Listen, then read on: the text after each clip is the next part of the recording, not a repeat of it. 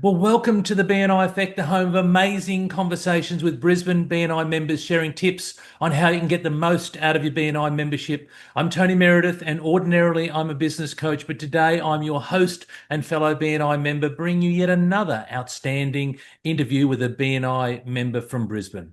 This is episode number 65, and today's guest is Caroline Connolly. Caroline, how are you? Yeah, hi Tony. Thank you very much for having me. I'm great. Well, thank you for being here. Why don't we kick it off by you telling us a little bit about who you are and what your business is? So I'm an author and creator of Gluten Free Freddie. That was a character that I developed after I'd been diagnosed with celiac disease. Celiac disease is an autoimmune condition that affects lots of parts of the body and absorption of nutrients. And for me, when I was diagnosed about 4 years ago, it was a real headspin for me to understand, to rethink everything about food because I just can't take any gluten in my diet whatsoever. So it was the community itself, they put their arms around me, the online celiac community, and really helped me to navigate around that. And my own little grandson was born about 18 months ago, and I really wanted to be able to explain to him in a fun way and an educational way why Granny had to be super, super careful with the food she ate. And even when he comes into my house, into my home, he's got to be careful because those crumbs in the butter are going to cause me a whole heap of problems. So that was the thought process behind creating Gluten Free Freddie. And so yeah, there we go. The book was published just a little few months ago, and yeah, it's super exciting, super exciting. Very good. And so, prior to thinking about writing your book that you mentioned, did you enjoy writing? Was writing something that you did, Caroline? No, it wasn't. It wasn't. I've always been in sales. I've run my own business. And no, it was never, writing was never really my sweet spot, if you like. But I did get a lot of comments over the years. I used to mentor about 800 sales teams, and they always said, my written word was great, and you should write a book. So yeah, funny, isn't it? So, but it's a children's book. So, talk to us about Gluten Free Freddie. So what's at a high level? What's the book all about?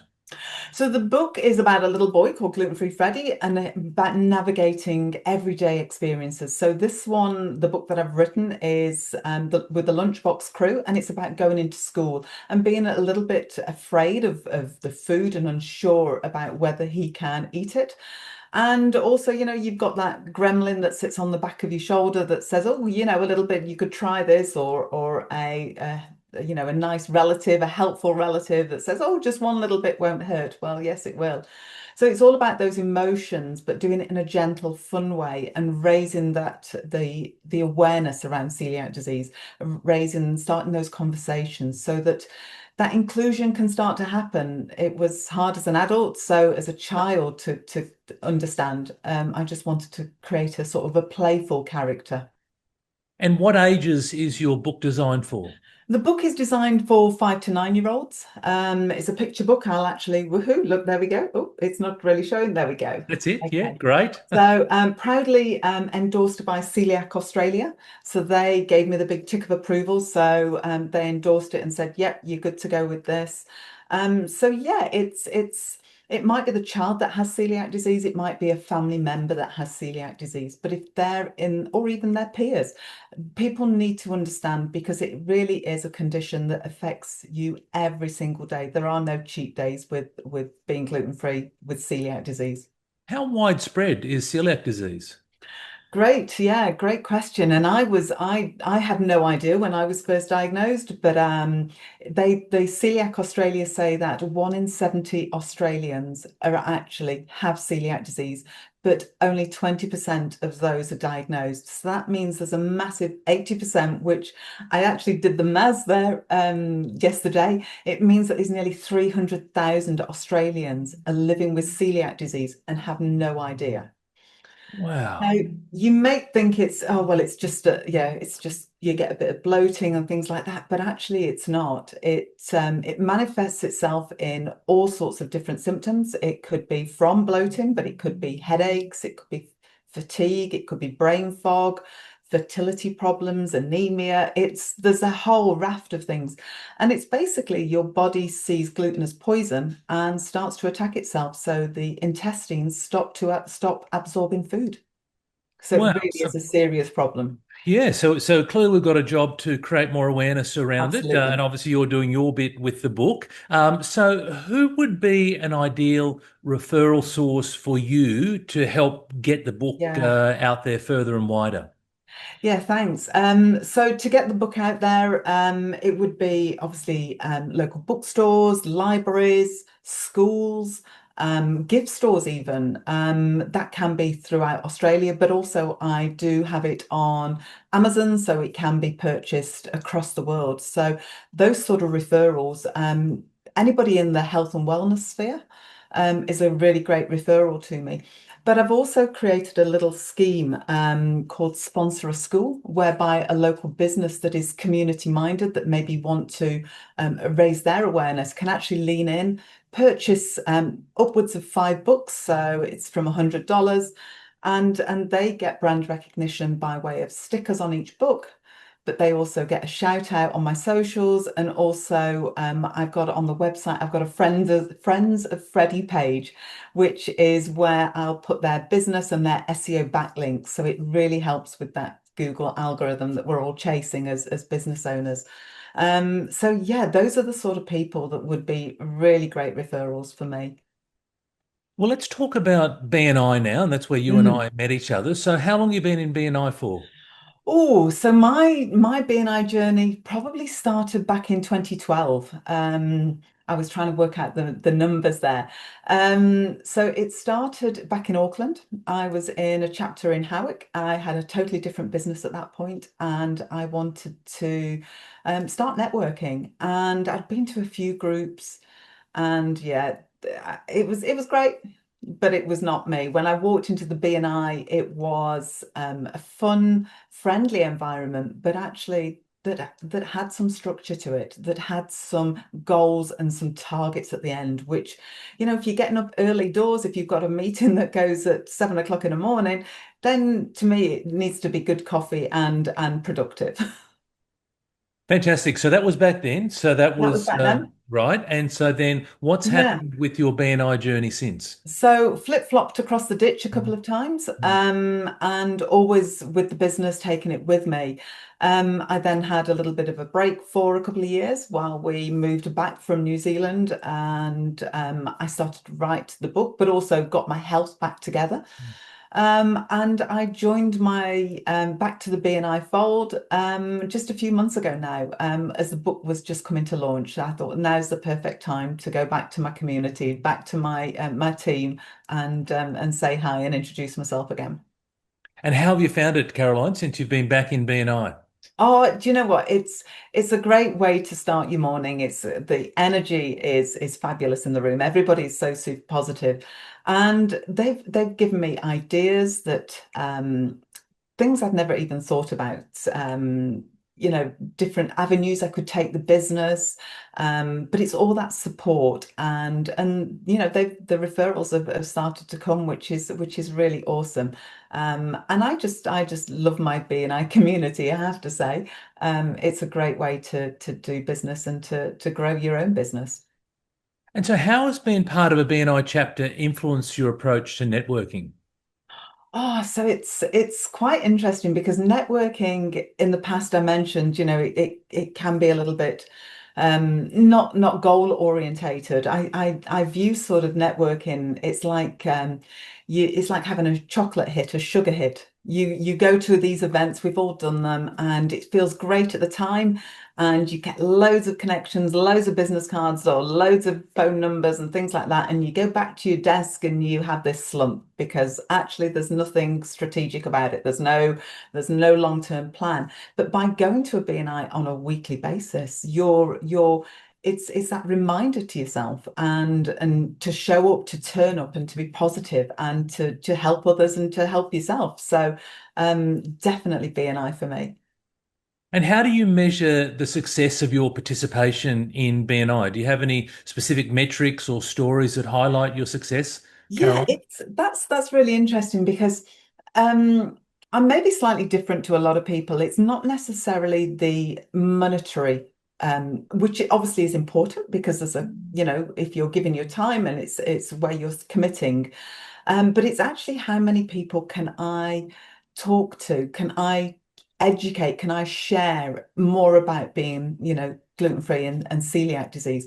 So my metric is maybe slightly different to some other people, but just as valid. It really is about raising that awareness so those inclusions start to happen. And yeah, if one child learns about gluten-free Freddie and learns how to cope with celiac disease and those emotions that go along with it, then that's a massive, massive win for me. And how has your business evolved since joining BNI? Like, what role has networking played in that growth? Yeah, as I say, it's really this business particularly. It's helped me really fine tune my elevator pitch. I am an author and creator. That's what I need to lead with. Not that. So that's been really good for me.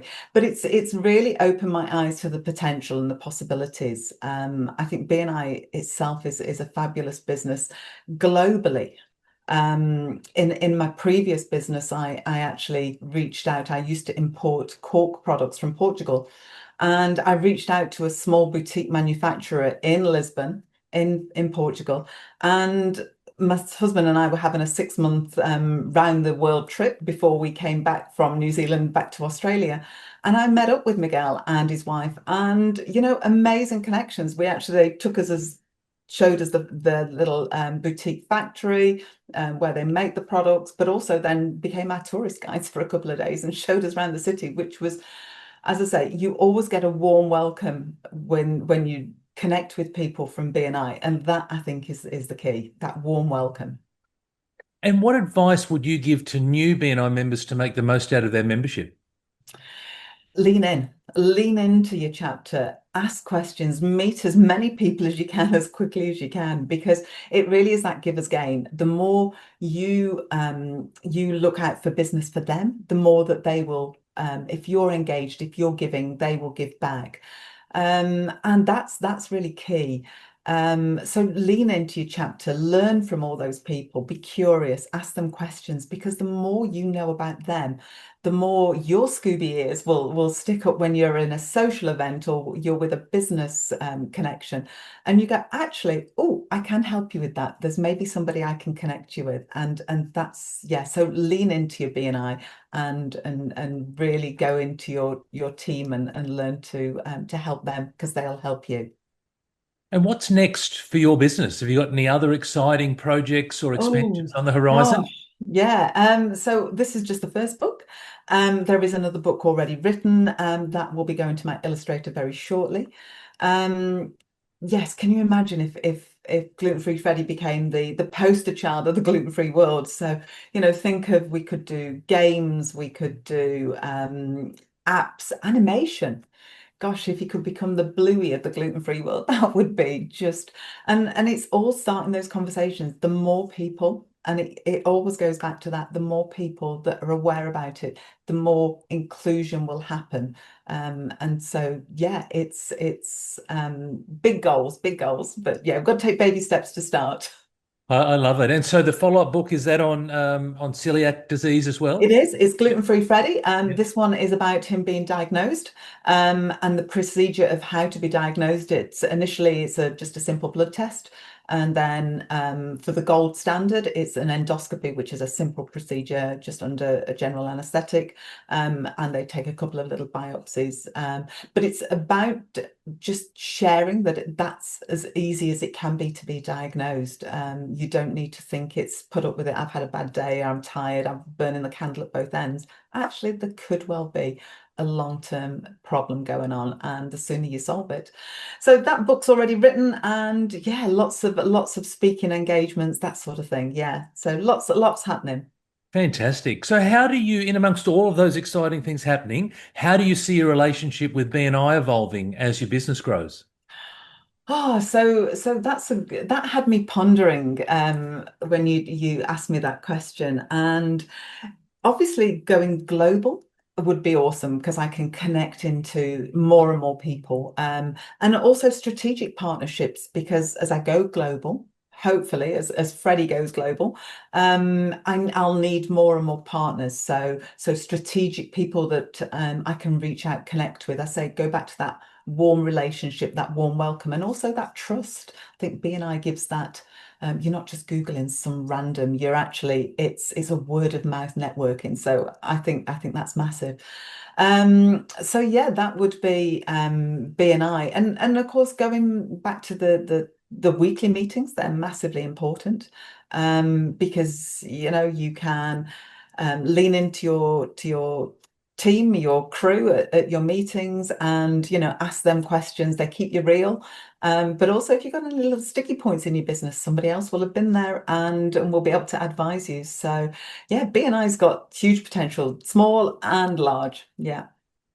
And if you could share one piece of wisdom with our listeners or our viewers, whether they're in BNI or not, what would that piece of wisdom be? I think it would be that don't keep it a secret. If you've got your business, if people don't know about it, they can't make an informed decision. If they don't know if they want your service, they don't know that you're the best or you could solve a problem for them. And if you keep it a secret, then that's all it'll stay and your business will never flourish. So you need to be surround yourself by cheerleaders, and that's what your BNI team is really. They're your biggest supporters. Speaking of not keeping things a secret and expanding the awareness, how can listeners learn more about your business and get in touch with you? Oh, thank you. So yes, I have a website. Do go and check it out. It's glutenfreefreddie.com, and Freddie is spelled Freddie. My socials, you can follow me on Freddie on Insta, Facebook, and TikTok. Again, Gluten Free Freddie. And of course, you can find me on the BNI app if you're a member, and also email. So hello@glutenfreefreddie.com. Keep it really simple. Amazing. Thanks, Caroline. Well, look, that wraps up another episode of the BNI Effect. I hope you enjoyed today's discussion, and I want to extend a massive thank you to Caroline Connolly for sharing her insights with us. If you found value in today's episode, then please remember to subscribe, whether it be on your podcast or with YouTube, and leave us a review. Until next time, thank you for listening.